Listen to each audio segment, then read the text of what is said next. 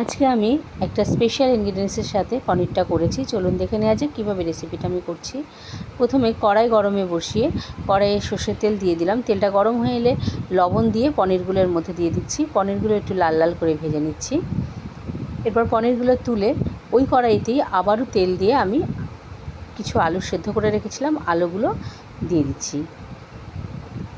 আলুগুলো ভেজে নেব, তাই আমি প্রথমেই লবণ আর হলুদ দিয়ে দিলাম। এরপর সব কিছু ভালো করে নাড়াচাড়া করে আমি আলুগুলো ভেজে নিলাম। আলুগুলো তুলে নিয়ে আবার ওই কড়াইয়েই তেল দিয়ে দিলাম, সর্ষের তেল।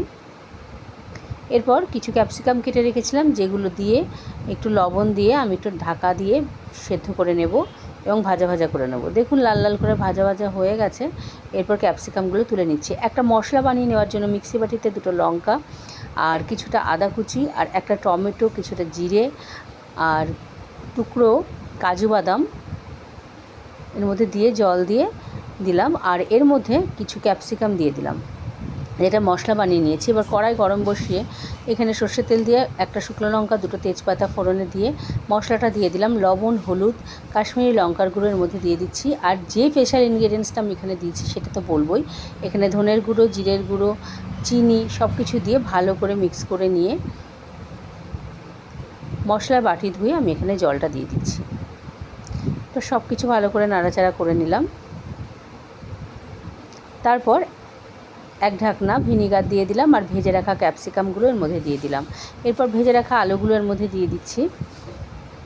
এই সব কিছু ভালো করে মাখিয়ে নিলাম মশলাগুলোর সাথে। এরপর যে স্পেশাল ইনগ্রিডিয়েন্টসটা আমি এখানে ইউজ করব বলেছিলাম সেটা দিচ্ছি 1 চামচ বেসন। বেসনটা ভালো করে সব কিছুর সাথে মিশিয়ে নিয়ে আমি এখানে দই ফেটিয়ে রেখেছিলাম, দইটা দিয়ে দিলাম এবং বাটি ধুয়ে জলটাও দিয়ে দিলাম। জল দিয়ে ভালো করে এটা ফুটিয়ে নেব। তারপরে হিং দিয়ে দিচ্ছি। হিংটা দিয়ে একটু ফুটিয়ে নিলাম ঝোলটাকে। তারপরে গরম মশলা, ঘি দিয়ে দিলাম।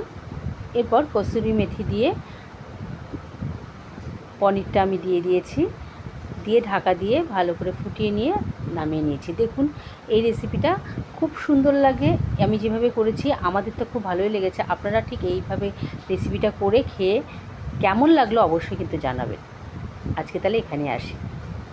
নমস্কার।